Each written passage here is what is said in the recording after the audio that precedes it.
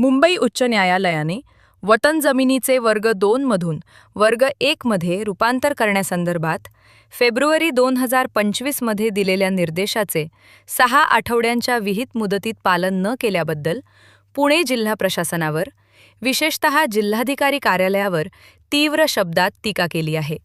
प्रकाश कुंडलिक गायकवाड यांनी दाखल केलेल्या अवमान याचिकेवर सुनावणी करताना न्यायालयाने निरीक्षण नोंदवले की कोणताही निर्णायक निर्णय न घेता केवळ प्रकरण राज्य सरकारकडे पाठवणे हे न्यायालयीन आदेशांप्रती एक बेजबाबदार आणि निष्काळजी दृष्टिकोन दर्शवते. खंडपीठाने यावर जोर दिला की वेळेत पालन करणे शक्य नसल्यास अधिकाऱ्यांनी निष्क्रिय राहण्याऐवजी मुदतवाढ मागायला हवी होती. अंतिम 6 आठवड्यांची मुदतवाढ देताना न्यायालयाने कडक इशारा दिला की यापुढे कोणताही विलंब झाल्यास पुणे जिल्हाधिकारी आणि संबंधित अधिकाऱ्यांवर थेट जबाबदारी निश्चित करून कठोर अवमान कारवाई केली जाईल.